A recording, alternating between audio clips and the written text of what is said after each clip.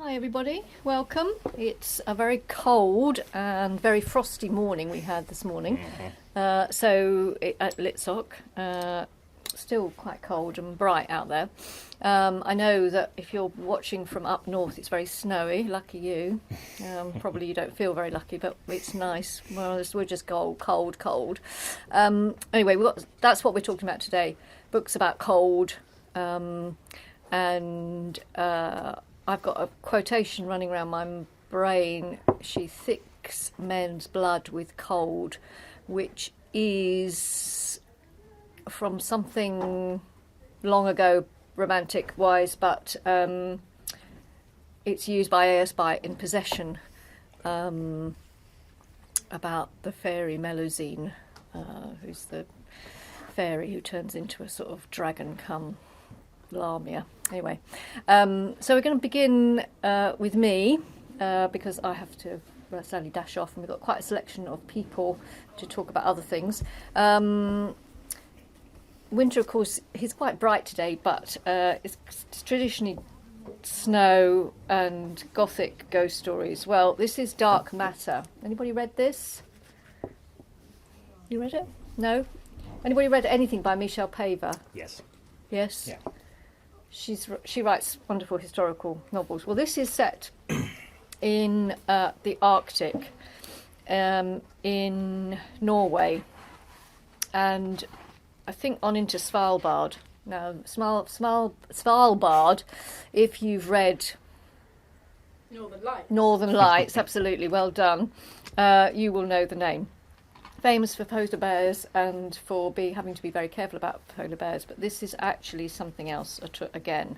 When I read it, I think last Christmas, it was scarier than The Woman in Black. Now, that's to me the sign of a very, very good story, but it was very scary.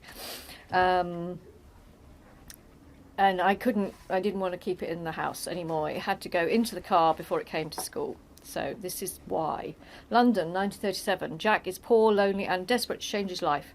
So when he's offered the chance to join an Arctic expedition, he jumps at it. Spirits high as the ship leaves Norway, and at last they reach the remote, uninhabited bay where they will camp for the next year.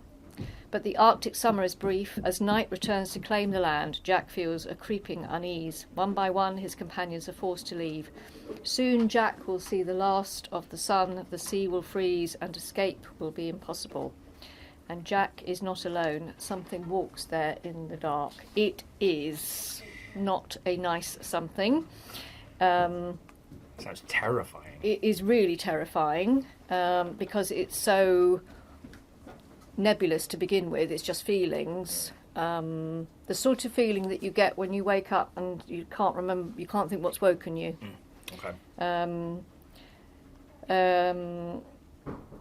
Yeah, it's very much in the first person, which makes it even scarier. And the fact that the sun is going, because of course in the far north it's dark for most of the winter, but she really did her research. She and it's before the 1940s, so it's quite primitive in terms of what they have. And she did a lot of reading as well. And I was just saying to Mr. Humphreys that yesterday was the anniversary of Captain Robert Falcon Scott and his expedition to the South Pole. And of course, when they got to the South Pole, they discovered that Amundsen from Norway had got there first. So, very huge disappointment. And of course, they died on the way back, sadly. It was very badly organised. Anyway, so look at that great mass of ice. That there are photographs throughout it. But it's scary, and I'm not going to read you any more from it because it's too scary. Dark matter, of course, there's a dual meaning there, of course, because so much of the universe is now, we know, is made up of dark matter, but nobody knows what it is. So there we are. Lots of snow and ice, polar bears, and scary things out in the dark. Yeah. So, thank you. Absolutely. Okay, who wants to go next? Go on, Annabelle. You two. We've got a double act for... Double act coming. You can talk about both of them, maybe. But yeah, that first, I think. Come sit. Oh, it's not really much of it. Okay. Right. Okay. So we're Not gonna. Northern Lights then? No, I'm gonna do that one afterwards. Oh, you're when going to I do that sit. one afterwards. Okay, right. Okay. Can I bring it so I can just leave Hold it it up on? to the camera. Oh yeah. I did not really think this through. Okay. Yeah, hold it right up. So we can see. Okay. So this winter, Bye. it's by Alice Oseman. It's in the Heartstopper series, Right. and of course I had to do something Heartstopper because, yeah. It's Yes. like about Charlie and like Tori and like how they have to like put what's happening behind them when all the family and stuff come for Christmas. Right. Mm-hmm. Okay. And is there anyone else familiar with this? So it's Okay. romance. No, I don't mean Heartstopper, I mean this particular spin-off, because I'm sure you all Is are it romance? vaguely familiar. Yeah. Yeah. Okay. So it's got a Christmas theme and winter, obviously. 'cause And there's cringe. And what? A cringy. Cringy. Yeah. Okay. Why is Great. that then? Because all Heartstopper books are cringy. It's amazing. That was a good thing, is it? Yeah. This is good. In a way that cringe comedy is supposed to be It's the not- thing. It's great. It's kind of like he leaves. Charlie leaves halfway through his family like gathering, Yeah. or is it halfway through? Yeah, it is halfway because through. all of his family is like bothering him, and then he has an argument with his mom and like storms out, which is kind of unfair on Tori, but yeah. And then he meets Nick's new puppy. It's really cute. It's like this little pug That called is Henry. cringe-making, Yeah. That was Okay. definitely the best part. It definitely was the best part of the book. Okay, All right, so so where's the winter element then? Because it's on Christmas Day. It's set on Christmas Day, and it's all about like Christmas Day and how it's like different. And it's like difficult for their family because And like of, how some Christmases are like yeah. fun, and then others are like different.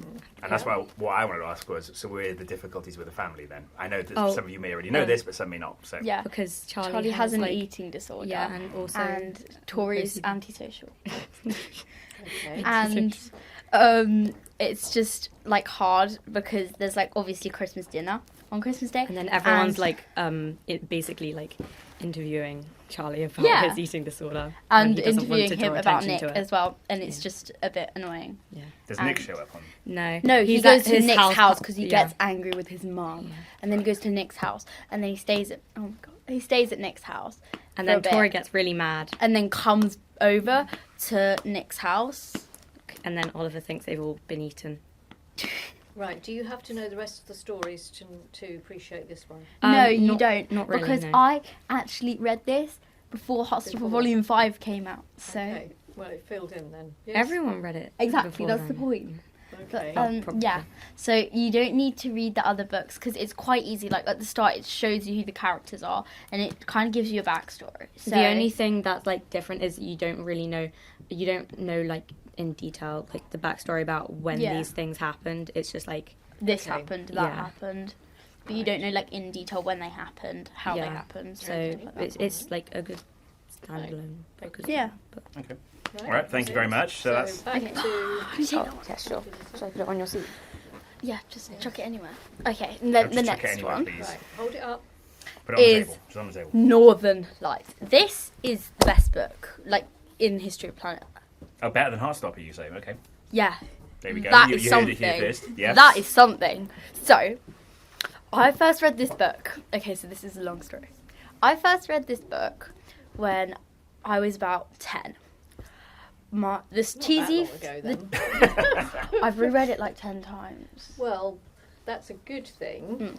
But so, What about the other two then? the TV series had just come out. Right. I might have Yeah. been 9 actually. I don't know. Never something mind. like that. Accuracy is not necessary. The TV series has just come out. There was loads of hype about it. Yes. And my mum asked my mum if I could watch the TV series and if it was good or not. She was like, "You've got to read the book first. It's like Oh. amazing." And I was like, "Okay then." So I read the book Mhm. in about 3 days, and this is quite a chunky novel. And for a 9-10-year-old to read this in 3 days Yeah, is it's quite it's something. complex, Annabelle. I agree. And- well done. It was literally amazing. Right. And I so- watched the TV series as soon as it came out. I was actually obsessed with it. Like Why? Alyssa. Tell us why. You were really Okay. I think it was when you were 9 because it was. Oh yeah, it was year 5. So Why? Is it to do with the bears? Is it to do I with just Lara? loved how it was like a spin-off of our world, and how Yes. it goes along with things that could be true, and it's not completely like mental. No, like, he did his, And it includes research. our world in it. So Yes. it could actually be possible. Like, stuff like this could actually happen. Parallel It's not like the universes, Hunger yes. Games, where... Yeah, it's not high fantasy. It is Yeah. based on our world. Yes, it And is. So I heightened also reality. liked how they include Will in it. And I think it was really interesting, the aspect of a demon.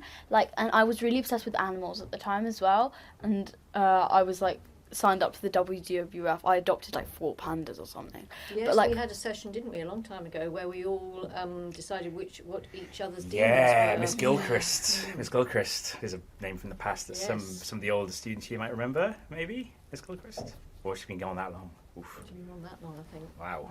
Okay. Yeah, so we played the game of like what is your demon, but we had to What's fill your in demon? and yeah, we I had some did a interesting quiz results. online, and I got a red squirrel. Oh, did you? Yeah. Oh. Did they say It was- why you got a red squirrel? No, it just came up with a red squirrel. And then I did another one and said I got a Labrador. But I think can see you with a BuzzFeed red quizzes. squirrel. Yeah.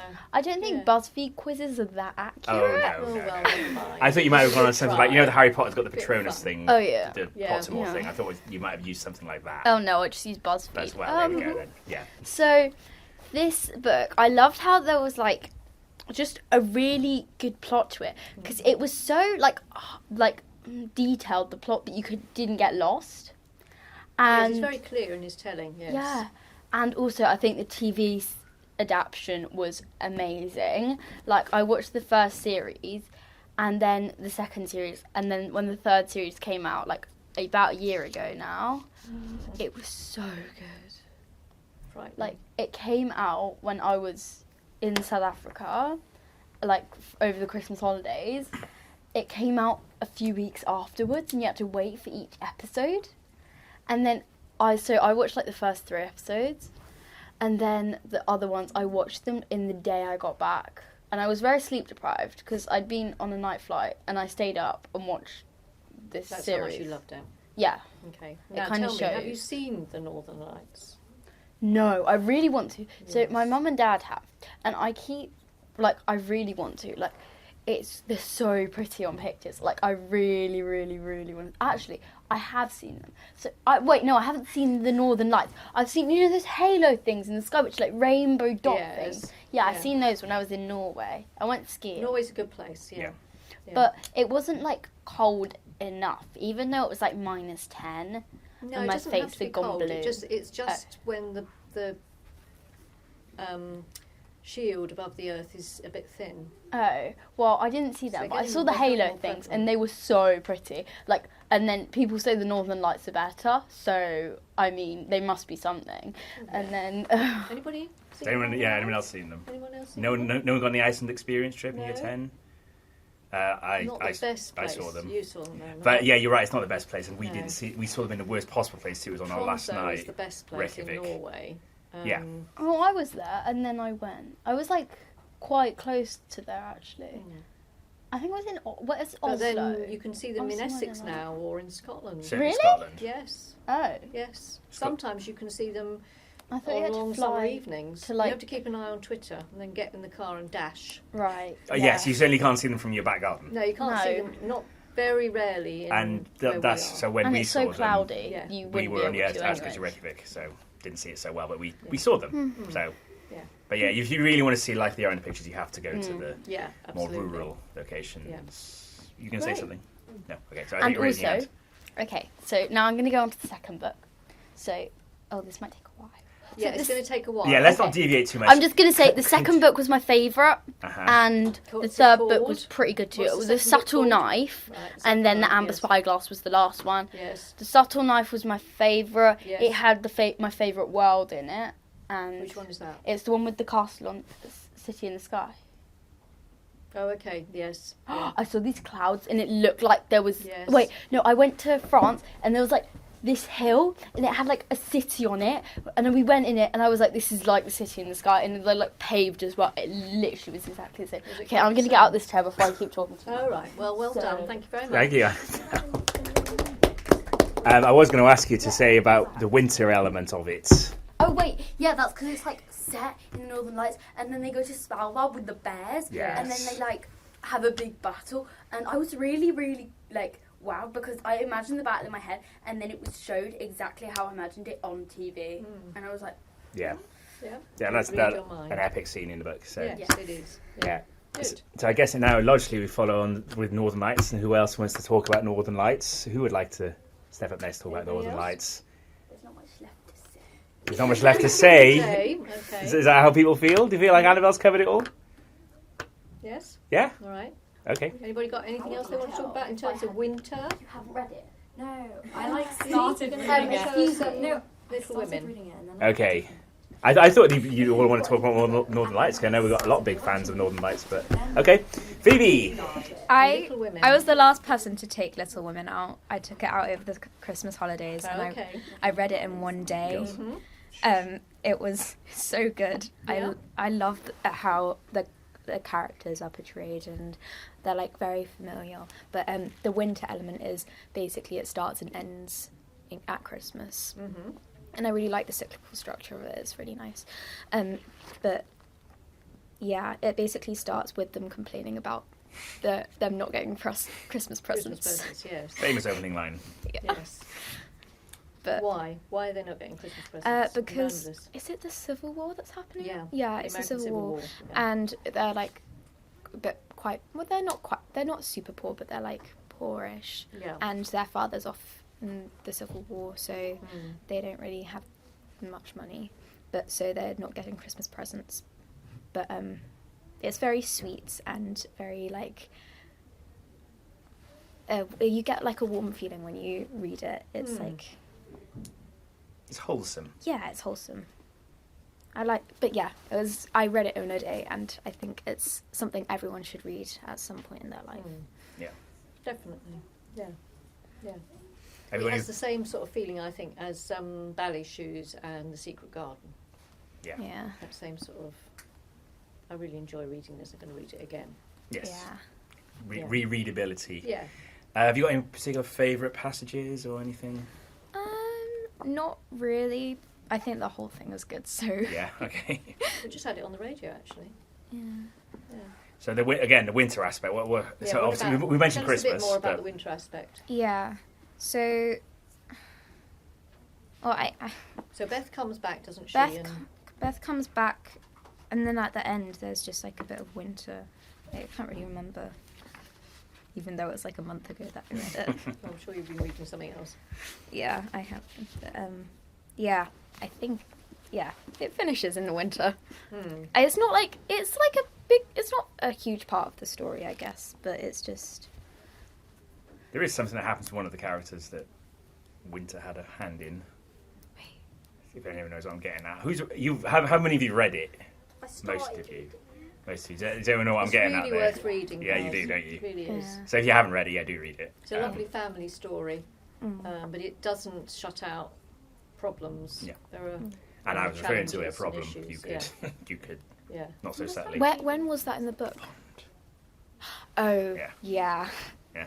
That Not was spoil. Yeah, that's why I whispered it.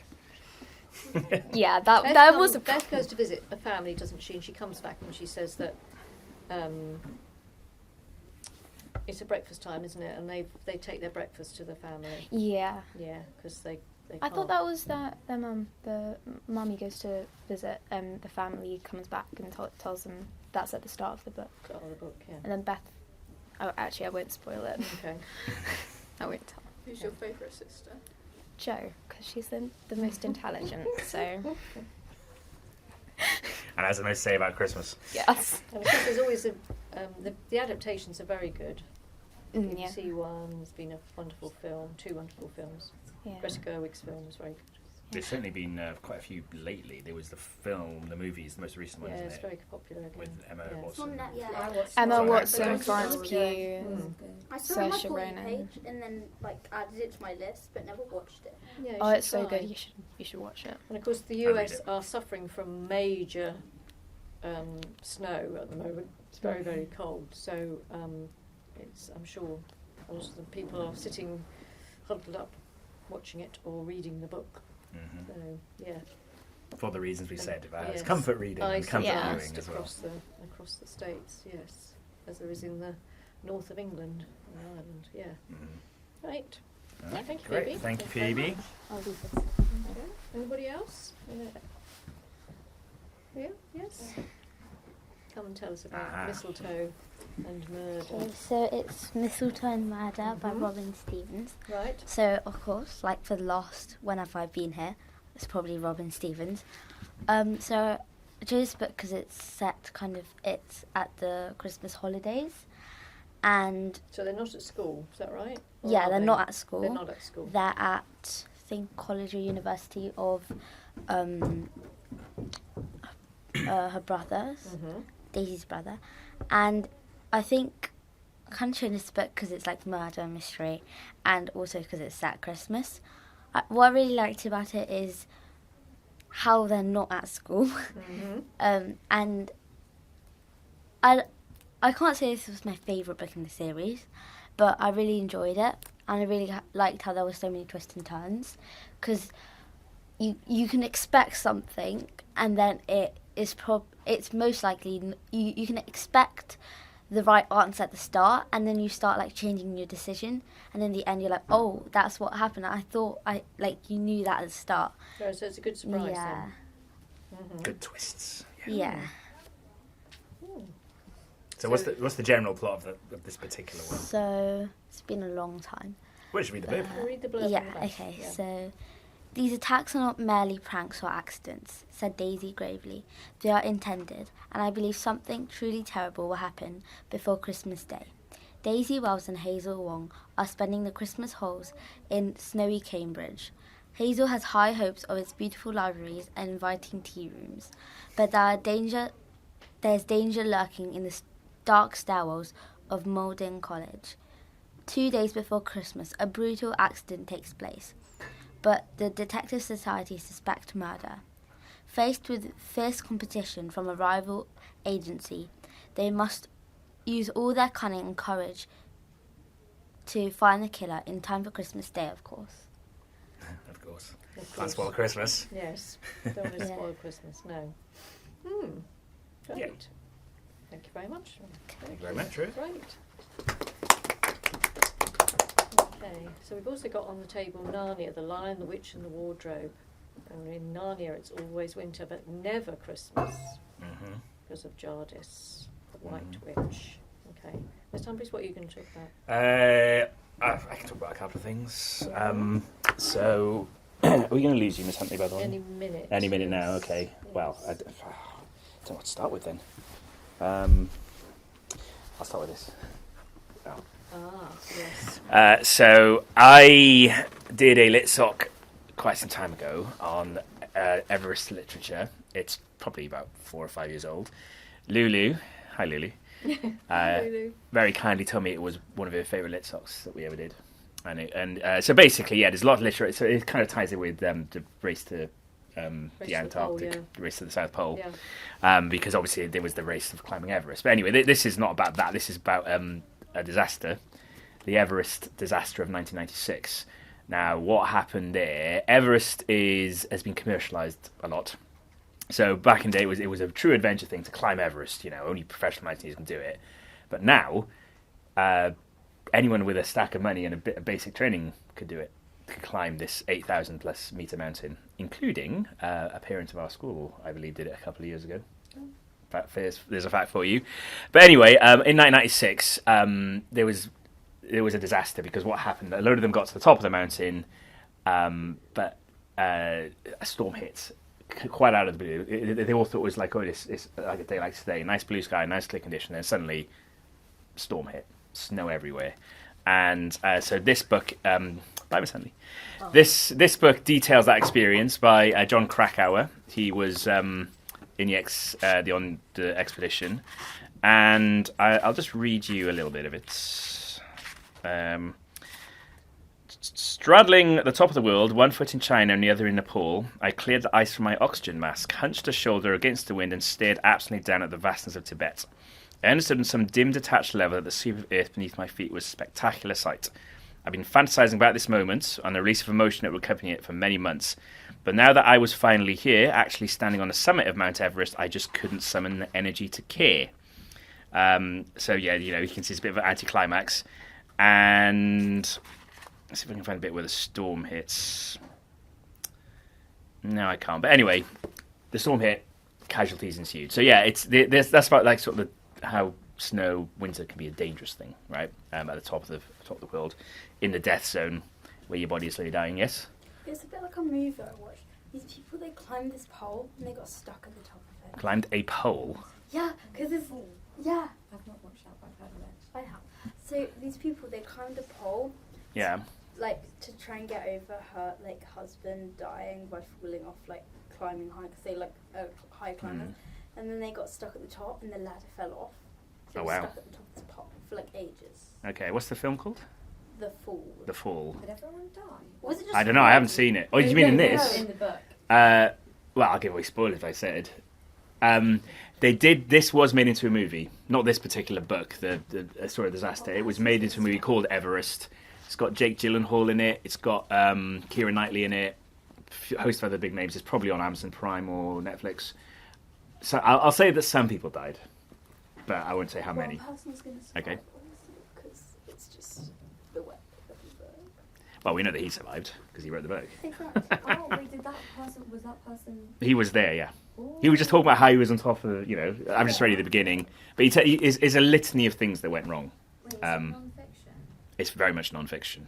It's very much true. Fictional elements to it. No, this is completely true. It is all in every single 1996. word is completely Yeah. true. Well, it's his account, so he could be an unreliable narrator. Some say that he is, but the point is that this did actually happen. Yeah. Everest there's all sorts of books about Everest. That's why I did a whole Litsoc on it. There is some fiction on Everest. Has anyone heard of Matt Dickinson, the author?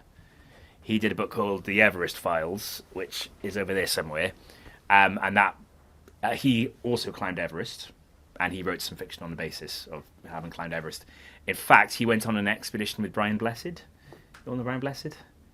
No? Big guy with a beard, booming laugh? No idea who he is? Okay. Hagrid? No, that's Robbie Coltrane. Brian Blessed was in Flash Gordon. No, you probably don't know that either. Okay, anyway, I'm starting to feel very old now. But anyway, yeah, if you want to know more, I did a whole Litsoc on it, so I'm not going to talk about it now in more detail. So there's that. Yeah, Miss Huntley mentioned Narnia. I'm just to briefly mention this one because it's Marcus Sedgwick, and he's someone who we love very much. Rest in peace, sadly missed. This one's called Revolver, and it is 1910 in a cabin north of the Arctic Circle, in a place murderously cold and desolate. Sig Anderson is alone. Whose phone is that? It's mine. Oh, Miss Huntley. Sorry. Honestly. Sorry. Except for the corpse of his father, frozen to death that morning when he fell through the ice on the lake. The cabin is silent, so silent, and then there's a knock at the door. It's a stranger, and his extraordinary story of gold dust and gold lust unwinds. Sig's thoughts turn more and more to his father's prized possession, a Colt revolver hidden in a storeroom. So, a nice bit of... As you can see, it's very short. He's all alone. He's isolated. It's a bit like the one Miss Huntley was talking about earlier. He's all alone. He's isolated in the cabin. He's got his dad's body with him in the room. There's a stranger. I've got a gun. What do I do? What happens next? So yeah, pretty tense and gripping. So I just thought I'd mention that one. So yeah, those are two darker ones because there's death and everything involved. So I thought I'd also talk about something because I think winter. When we think winter, we think cold mornings, dark mornings. Difficulty getting out of bed. Have you all heard of Blue Monday? Yeah, that's what this past Monday was. Yeah. So this one is looking at it from a different angle. It's called Wintering by Catherine May. Now this was a gift to me from Emily Magnani. Remember her from Litsoc? Hello, Emily. Yeah, I don't know if you're watching us, but yeah, she got me this, and I'm really glad she did because it's a way of looking at how winter's a time to sort of like rebalance yourself, readjust, practice mindfulness. And she talks about how winter can be used as a metaphor because, how winter is like always the coldest, darkest time. How it can be looked at literally, but also metaphorically. We all have like the highs and lows in our life at that time of year. In fact, she opens the book by saying, some winters happen in the sun. This particular one began on a blazing day in early September, a week before my 40th birthday, and basically was her husband had been admitted to hospital. So that was in the summer, but it was like a sort of winter moment because it's, it's a dark moment in your life. But as we're all thinking of winter and how cold it is, this is her talking to a friend of his. We've mentioned Scandinavia a few times. This is her talking to a friend of hers who's from Norway, called, I hope I'm pronouncing this right, called Hannah. Sorry, not Norway, Finland. And she's saying about how she's getting ready for winter. Now, I don't know how you all feel about winter. Do you feel like, I've got to steel myself, I need to prepare, I need to make sure I've got extra layers, I need to make sure that the fire's roaring? Do you sort of, or do you just get on with it, it doesn't bother me, it's got colder? No, I hate winter. You hate winter? No, winter's great. No, it isn't. So I like early. Okay, one at a time. Annabelle. So I like early autumn because it's like you can wear like jeans and a t-shirt and it's like nice, or like a skirt and a hoodie. It's just nice. And then when it gets to November, everyone gets ill, and I'm like a cold magnet. I've had a cold for 2 months. You seem okay to me. Yeah, I've suppressed it. So Okay. I've had a cold for 2 months, and that happens every single year. And I just hate the cold. I love the summer. I love the beach, and I love camping. And so I think early winter before Christmas. Oh, I love this. Oh, it's so nice. I love winter. Okay. Like 5 days after Christmas Day, the misery hits you. Miserable January Blue Monday. comes and eats you.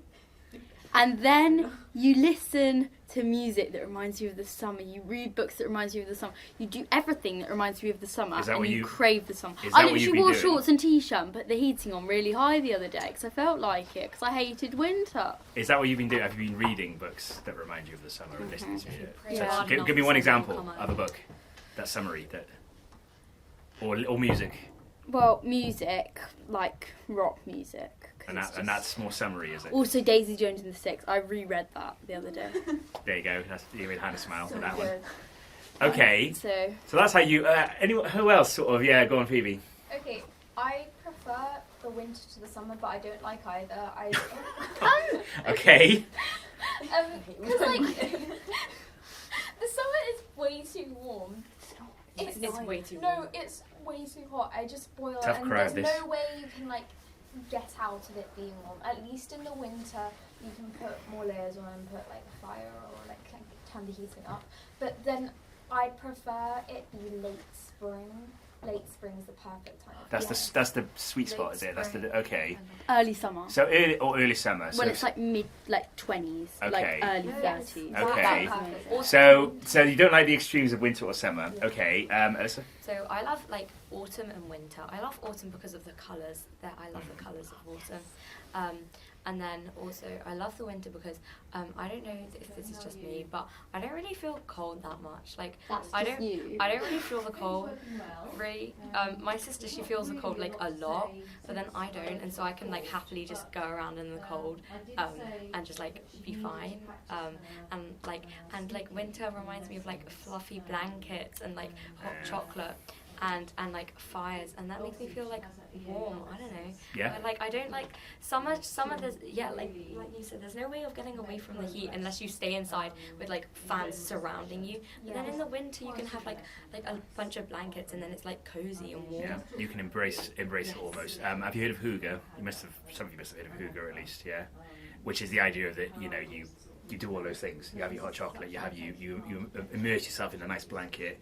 And just appreciate the comfort of a blanket, which you wouldn't have at another time of year because you've got no reason to use it. In fact, you'd rather having the blanket in the summer, you'll be sweltering hot, wouldn't you? So, okay, Hannah, You want to hear my theory? please do. I'm a summer baby, right? So I love summer. But the people that say they like winter, they only like it because they're like, oh, I like being cozy and inside. Exactly. That's literally summer. Like, But outside, and you can do whatever you want. Like, you can go outside. I suppose it depends on I'm whether. so Be cold. cozy. Like, I like being Yeah. blue and like Okay. I see white and I like. I just want to interrupt. Let's try not to talk to anyone because Sandy's talking to a parent for parents' evening. Okay, so one voice at a time. So, I mean, I think it depends whether you're indorsy or outdoorsy. That one. If you're outdoorsy, then yes, you're going to like the summer more. If you're indoorsy, maybe you like the winter more. Maybe. Right. Josie. Well, as Hannah's thing of being a summer baby liking summer, I'm also a summer baby and I don't like the summer very much. Why don't you like the summer? I don't Okay, let us I don't deal with heat very well, so I start feeling I just have basically a constant headache and just not having a good time if it gets too hot. So I just kind of slightly shut down. So I think any other time, like I can make the most. Yeah, I feel like winter I end up spending more time with my family. I get to read. I end up reading more because I'm just staying inside more, so I get to do. I think I'm generally more of an indoors kind of person, which is probably why. But I feel like I can make the most of like the hobbies that I like to do, like drawing, writing. And You could do this in summer too. yeah, I do end up doing that, but I feel like pressured in the more summer, I there's feel more time like to do that. I end up, I'm more like to want to go outside and kind of socialise with people more. So it's just what I prioritise. If we, seeing as this is Litsoc, if we put reading at the heart of it, I think there's something to be said for both, right? The winter of like having a blanket, roaring fire, hot chocolate, nice good book. In the summer, on the beach, sun beaching down, reading. On the beach, I swim on the beach. I don't ever read on the beach. Okay, one at a time. Sand in between the pages. One at a time. Miss Hanley's. Okay, so, Phoebe. I just, I don't think being outdoorsy and that someone who prefers to be inside has anything to do with winter or summer, because I prefer going on walks and being outside in the winter. Why? Because it's just like the cold on your face is just nice, and then you can have like a nice warm coat, and you can go on long walks in the misty and heath and stuff. Okay, whereas in the summer the heat and the faces. Okay. This is all very interesting because she talks about all this stuff in this book. Right, Ria. So I like summer or winter, but I love the winter if it snows. Otherwise I don't really like the winter. But We haven't had any snow yet, have we? Maybe we will. No, we have a tiny bit of snow, and it doesn't. Oh, okay. If the snow doesn't settle to 6 Yeah. feet, then it's terrible. Two Fridays ago, I think. 6 feet like that. it was Yeah, on Monday. exactly. Okay, right, so... really And get but that in then the UK. it's really annoying. So if you're in in winter in our classroom, it's really sad because our classroom heater stopped working, so nothing works anymore in our classroom. Has anyone So it's been... really? Has anyone been downstairs in the library this week? Our ICT rooms It's a are lot. really ICT suites are hot. so nice. I hate We've got in the aircon summer, in the summer. No, they don't. Yeah. So in the summer, AF does. they're random. They're randomly either really, really hot or really, really cold, and there's no in between. It's horrible. Okay. So nice. The Well, ICT suites are amazing. I The just library, isolate in the them. library, it's nice up here. It's a bit colder down there. I only sit on So, But it's anyway, to return to my original question about preparing for winter, do you sort of make a conscious effort to prepare for winter? Or do you just sort of I buy new roll with the clothes. punches? You but buy new clothes, Winter clothes. you buy winter clothes. Sometimes blankets, but other than that, probably no. Okay. Right, I'm just going to read to you now this extract. So as I said, she's got a Finnish friend. And I tell her, my Finnish friend, about my desire to prepare for a wintering. My mother has a word for what you're doing, she says. So we talk about hygge just now. It's called talvelat. It doesn't quite have an English equivalent, but it roughly translates as being stowed away for winter. We used to use it when we put all the summer clothes away, and get the winter ones out. It was always a good moment. So basically, they are saying these things we talk about, I'll get my winter clothes ready. It's a good thing. It's a conscious hobby almost, right? To see them again, like having new clothes twice a year. Okay, so that's how she looks at it. And she asks, Catherine May, do you actually like to do that? I say, I mean, you don't just throw on an extra jumper of your normal clothes. No, says Hannah, you can't do that in Finland. The winter arrives very suddenly, and you don't mess with it. You need a completely different wardrobe. You can't just make do. You see people over here acting like winter isn't happening, like those men who wear shorts through December as if they're trying to impress someone. See that? Or the girls who go to nightclubs with bare legs and no coats, I say. I do that. You see that? I do that.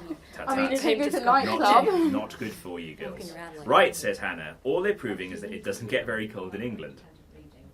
I'd like to see them try that in Finland. Hannah is from Liminka, where the average temperature is 2 degrees Celsius. In July, it can soar towards 30 degrees Celsius.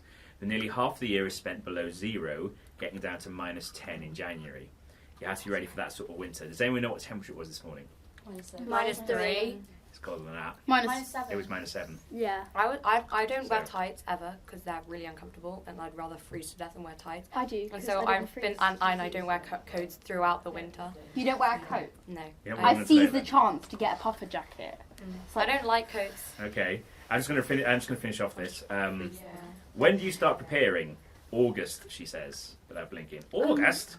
More like July, actually. You have to get everything done before it starts getting cold. After that, you might not be able to go anywhere. What on earth can you do that early?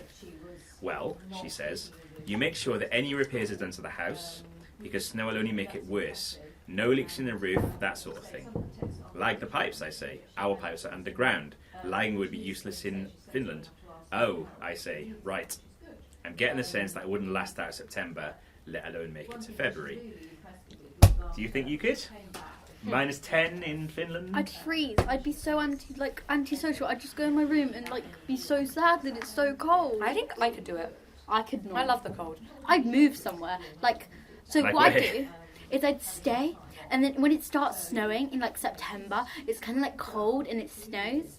Then I'll go to Cape Town for the other half of the year, and then I'll move back. So I could be actually Cape Town's just nice. So you'd like to be a swallow, basically. That's what the I might need gloves because my fingers get cold. But other than that, I think I could do it. Miss So Annie, maybe I don't know if you real noticed, life Miss Annie was smart. wearing gloves earlier. She had fingerless gloves on. But too. I don't like my gloves. hands. My hands are fine. It's my fingers. I like cold in the hats. winter. So has anyone been? What's the coldest place you've been to? Italy Norway. and It was France. Norway. Italy and really France. Italy. I don't really go. I've only ever been in Scotland. inside Europe. Scotland is very cold. I'm Right from now. Scotland, but I've So- never been. I went So to Norway Norway. and it was -10. We were Yeah. going out skiing and you had to wear those full face things, Yeah. and I was shivering and then my face went blue. My mum thought I was really ill. And it turns out everyone's faces were blue. Her face was blue Yeah. as well. So Josie? Probably Switzerland. Switzerland. Oh, Switzerland. oh, I've been to Switzerland What as well. time of year was oh that?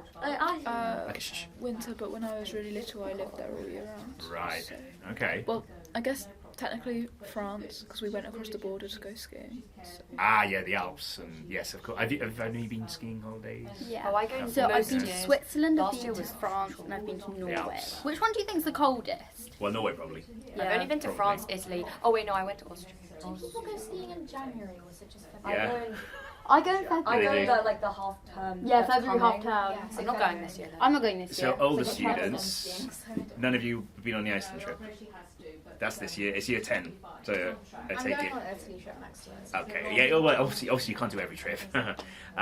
So would you be interested, younger students, when you're in year 10, every February half term? I'm already pretty going much. to New York this year. My mum says I can't do any other. No, road no. trips. This isn't now. This is when you're in year 10. Yeah, when you're I in know. year 10 February half term. When you know already you're not going to. I just I- think you might be interested. I mean, I probably would be going with my family, because that's the same time that I go with my family. So Yeah. I'd probably go then, because we also go with a group of friends. I don't It was know. it went really badly wrong last year though, Oh. because we all got food we got poisoning. food poisoning. yeah. Half of us got food poisoning on the second day, and we had that for 3 days, and we only went for a week. And then someone tripped and got a bunch of glass in their shin. And then their whole leg was bruised, and they couldn't go skiing for the rest of the trip. And then their kid wouldn't go skiing because they didn't want to be alone, and so it kind of went really badly wrong. Yeah, that's not the great. No. skiing Yeah, that's holiday. very unfortunate. What do you do on the year 10 the Iceland trip? Uh, Do you just hang about? you see things. You see the Northern Lights, ideally. You do things like you go to the Blue Lagoon, which is like a big thermal bath. That's awesome. Is there That's skiing fun. involved? No. You do things like see geysers, you go to see waterfalls, you go to see a sort of Viking museum, you see a volcano eruption, not in a museum about it, you have to be very fortunate to see it. But you do walk on dormant volcanoes as well. So That's cool. anyway, I walked on a volcano. so I think we're running out of time. So I'm just gonna. I've walked The on main volcanoes. thing I just want to say this, and this is something I don't like Windsor. The whole it's all a metaphor about how there's ups and downs in life, and when you have. So I think some of us like winter more, but I think it's difficult to get out of bed in the morning at the moment, right? Because it's so dark, it's so cold. difficult. It's the fact it's still dark, it's still cold. But the idea is, this is almost like a handbook. I've only just started reading it, but it's almost like a handbook to say that you yeah, okay, naturally you're not going to like that as much, but it's part of life, and it's like how you prepare and how you deal with it. So it's a good metaphor for life. So I want to thank Emily for getting me this book. It's a great book, very appropriate for our winter Litsoc. So thank you very much for your contributions, everyone.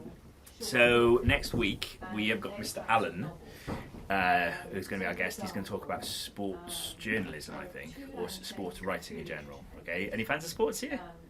I like surfing. One or two? I hate sports. don't like Okay. Or I like cricket a bit. And I like surfing. But I'm not very good at it. And then I got hit by a surfboard when I went surfing in South Africa. And that kind of scared me a bit. Because it hurt a lot and I couldn't move my arm for like 3 days. I can sense that Mr. Allen might have a bit of a tough crowd to win over here, but he will do what he can. Okay. Hates me. Right. So thank you very much, everyone. Okay, if we could start packing away.